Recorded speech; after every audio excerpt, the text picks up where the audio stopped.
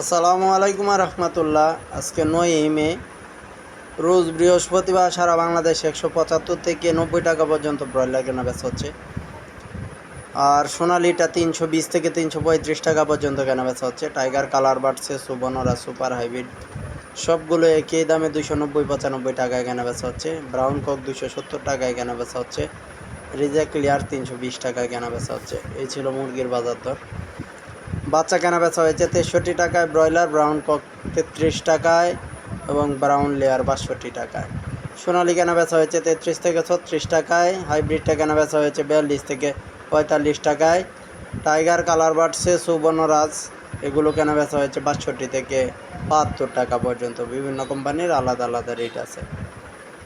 সেই সাথে আপনারা যে যেখান থেকে আমাদের ভিডিওটা দেখছেন অন্যকে দেখার সুযোগ করে দিন।